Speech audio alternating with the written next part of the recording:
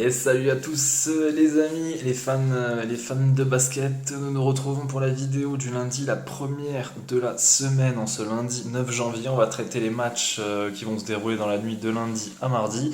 Il y en a très peu pour ce soir, hein. Ils sont au nombre de 6 seulement. Bon, il y a quand même des cotes intéressantes, des pronos bien sympas, des matchs assez serrés, d'autres qui sont un peu plus difficile à pronostiquer, mais je pense que dans l'ensemble, on peut s'en sortir globalement pas mal. Vous n'oubliez pas à la fin de la vidéo le petit combiné de Cédric qui passe régulièrement. Je pense, Cédric, j'ai pas fait le calcul, mais je pense honnêtement que tu dois être à 70% de réussite ou un truc comme ça. Donc merci, puis merci à toi de nous partager tes avis.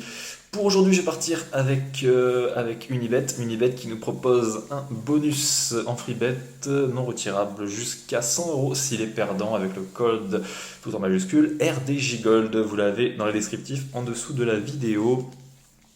Nous allons commencer la carte du jour avec une affiche interconférence entre les Wizards de Washington qui reçoivent dans la capitale les Pelicans de New Orleans. Une très belle affiche hein, pour commencer. Elle est équilibrée, hein, ce qui est normal. Alors oui, Washington joue mal ces derniers temps. Elle a perdu ses deux derniers matchs. Elle est 11e de conférence Est avec un bilan de 17 victoires, 23 défaites. Pour le moment, elle n'est même pas qualifiée en play-in. Et du côté de New Orleans, ils sont 3e de conférence Ouest. Ça se passe plutôt bien cette année avec 24 victoires, 16 défaites. Vous me direz pourquoi New Orleans n'est pas favori. Pour la simple et bonne raison que ce soir, les Pelicans seront privés de Brandon Ingram, comme c'est le cas depuis maintenant 3 semaines, et récemment de Zion Williamson, hein, qui lui reviendra dans le courant du mois de février. Il n'est même pas certain de disputer l'All-Star Game. Dans cette optique, et au vu du bilan de Washington à la maison, qui est de 10 victoires pour 7 défaites dans la Capital One Arena, moi, je serais plus tendance à partir sur une victoire des Wizards, hein. New Orleans, ils l'ont montré, ils ont perdu leurs deux derniers matchs sans Zion et Brandon Ingram, hein, contre les Nets et les Mavericks. Elle donne l'impression d'une équipe qui a un peu de mal, hein, sans son leader. Alors oui, du côté des Wizards, il n'y a pas Bradley Beal, mais à la maison, je pense que Washington devrait faire le boulot tous les jours. Et comme je vous l'ai dit, le bilan de Washington chez elle est plutôt cohérent, hein, mine de rien.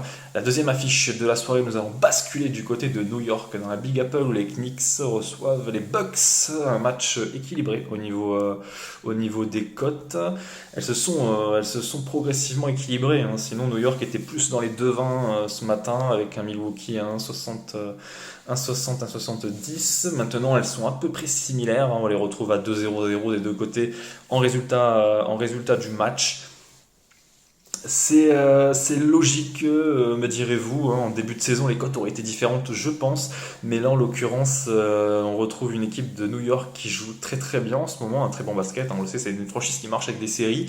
4 victoires de rang pour les Knicks, hein, qui se sont imposés contre les Rockets, les Suns, les Spurs et les Raptors récemment au Canada, 108-112. Ils n'ont pas joué depuis 3 jours, ils seront donc en pleine forme pour disputer cette rencontre. Et du côté de Milwaukee, la franchise reste sur un carton monumental encaissé à la maison, 109-138 contre les Hornets de Charlotte, un 15e de la conférence Est. Alors là, on peut peut-être pas faire plus gros en termes de douille. En NBA, je crois que cette année, il n'y a pas eu plus grosse douille. Le dernier de conférence qui va taper Milwaukee 109-138 avec un premier carton. Accrochez-vous bien si vous ne l'avez pas vu, à 28-51 pour les Hornets. Mike Budenholzer a même fait tourner son effectif. Il a même renvoyé tout le monde à la mi-temps. Giannis n'a même pas joué, a joué 22 minutes. Paxton Hampton 16 minutes. Brook Lopez 19 minutes pour Jrue Holiday. La messe était dite assez rapidement dans cette rencontre et je pense que Milwaukee, moi pour ma part, au vu de cette rencontre et au vu de ce qu'elle montre ces derniers temps, elle avait également battu Toronto, mais d'une manière très accrocheuse. Moi je pense que dans la dynamique actuelle des Knicks, ils peuvent le faire, d'autant plus qu'à la maison ça reste très correct avec 10 victoires, 10 défaites. A contrario, en plus, Milwaukee se déplace pas forcément très très bien. La troisième affiche de la soirée en NBA nous amène du côté de Boston où les Celtics reçoivent les Bulls. Alors là, il y a une cote quand même intéressante et un match assez sympa à analyser. Dans la mesure où si on se fie au classement, alors oui, Boston est leader, ils viennent de remporter leurs deux derniers matchs, 28 victoires, 12 défaites, personne ne fait mieux à l'heure actuelle en NBA. Du côté de Chicago, on retrouve une franchise qui est 9ème de conférence Est, avec un bilan, un bon bilan, hein, un très bon bilan pour les Bulls qui sont actuellement à 19 victoires, 21 défaites. Le truc, c'est que Chicago, honnêtement, je l'ai dit dans les précédentes vidéos, c'est une franchise qui joue extrêmement bien contre les grosses équipes. Enfin, j'ai rien inventé, hein, ça passe un peu partout et vous pouvez le voir hein, si vous avez regardé un peu la NBA depuis ses débuts. Chicago a tendance à se sublimer contre les grosses équipes. Elle joue un très bon basket, peut-être son meilleur basket de la saison finalement. Elle est remontée à la 9ème place de la conférence, elle a remporté ses 3 derniers matchs. Chicago est la seule équipe qui a fait tomber Brooklyn depuis le 5 décembre. Brooklyn avait gagné tous ses matchs. La seule équipe contre laquelle Brooklyn a perdu, c'est Chicago, 121-112 dans l'United Center.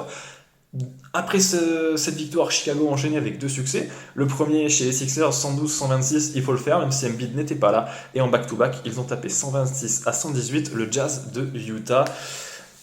Du côté de Boston, honnêtement, ça galère un peu, hein. Il y a 48 heures, ils sont passés tout proche de la correctionnelle hein, chez les Spurs de San Antonio. Pourtant, la cote des Spurs était à 9, mais les Celtics ont déjoué 116 partout à 30 secondes de la fin. Mais finalement, les Celtics, à l'expérience, sur un tir de Jason Tatum, s'en sont sortis. Moi, je pense qu'ils vont quand même avoir du mal pour ce soir.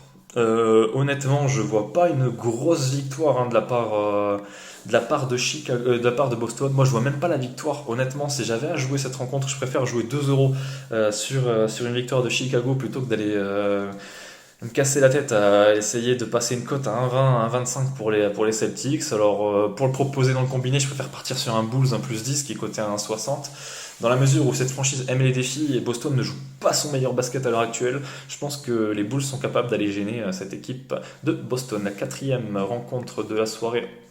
Cette fois-ci, nous allons basculer dans la conférence Ouest. Les Grizzlies reçoivent les Spurs. Grizzlies Spurs, une affiche totalement déséquilibrée, il n'y a pas grand chose à dire là-dessus finalement. On a une équipe de Memphis qui marche sur l'eau, 6 victoires de rang. Ils peuvent même se permettre, hein, comme lors du dernier match, de reposer Steven Adams et Ja Morant. Memphis gagne tout, Memphis est trop forte. A contrario, San Antonio est 14e de conférence Ouest. Elle se laisse couler tout doucement, mais elle joue quand même, hein, elle joue quand même son basket. Hein. Bah, la preuve, hein, ils ont bien failli taper Boston chez eux. Alors, est-ce qu'ils ont la qualité nécessaire pour rivaliser avec les Grizzlies? Moi, je ne pense pas. En plus, c'est la plus mauvaise équipe.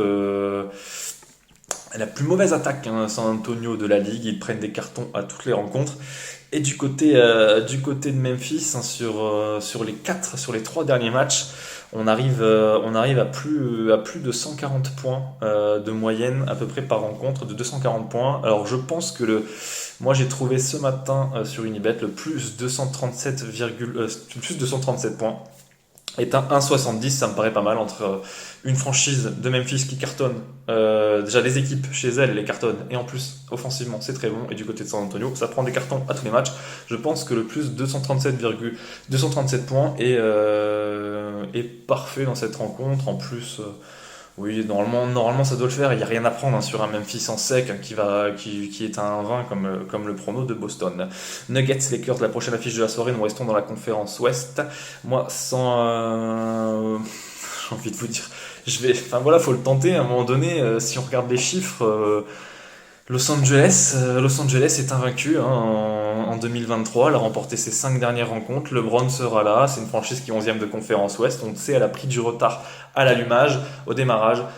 Là, elle est contrainte elle est contrainte de jouer, d'avoir des résultats. Elle est contrainte de vite se rapprocher du top 10. Hein. C'est les Lakers. On n'a pas le droit de prendre autant de retard.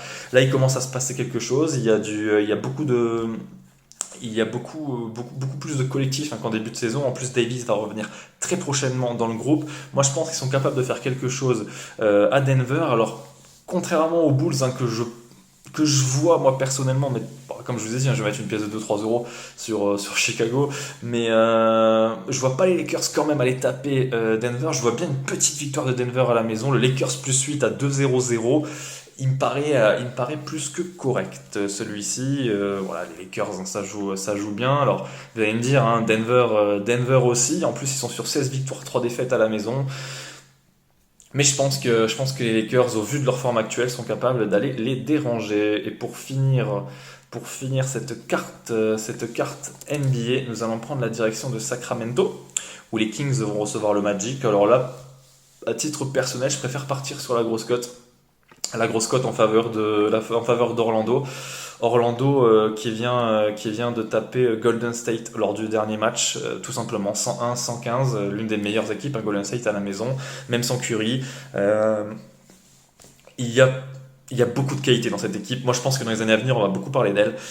Et qui plus est, mine de rien, à force de gratter les matchs et à force d'en gagner, les mecs se retrouvent pas si loin du top 10, hein. Ils sont à 15 victoires, 25 défaites quand on voit qu'Atlanta est à 19-21. Ils ne sont qu'à 4 victoires, hein, de rattraper Atlanta. La saison est encore longue. Sur un bon petit run, on sait jamais. D'autant plus qu'Orlando, c'est pas le genre d'équipe qui va aller chercher. C'est plus le genre d'équipe, j'ai envie de vous dire, qui va aller chercher essayer de gratter un autre tour de draft. Je pense qu'ils savent très bien que là, à l'heure actuelle, ils ont une qualité avec beaucoup de jeunes joueurs qui est immense. Ils ont notamment le numéro 1 de la dernière draft, Paolo Banchero. Moi, je pense que cette équipe du Magic est capable d'aller taper Sacramento qui galère en ce moment. Sacramento, 6 défaites lors des 10 derniers matchs, hein, pour les Kings, 3 défaites lors des 4 derniers. Ils ont perdu chez eux contre des Hawks très mauvais, 117-120, et 24 heures 48 heures plus tard, ils perdent contre les Lakers 134-136, ce qui n'est pas de bon augure pour cette rencontre. Moi, je pense que le Magic est capable de le prendre celui-ci pour une très grosse cote. Encore une fois, hein, voilà, pas la peine de miser des milliers et des cents, hein, sur une cote à 2,90, 3 euros, ça peut doubler votre mise initiale, hein, ce qui est pas mal du tout. Idem, hein, sur la cote des Bulls, mais bon, avec les Bulls, je préfère rester quand même méfiant. Je vous souhaite une excellente journée et je vous dis à mercredi. Ciao ciao les amis.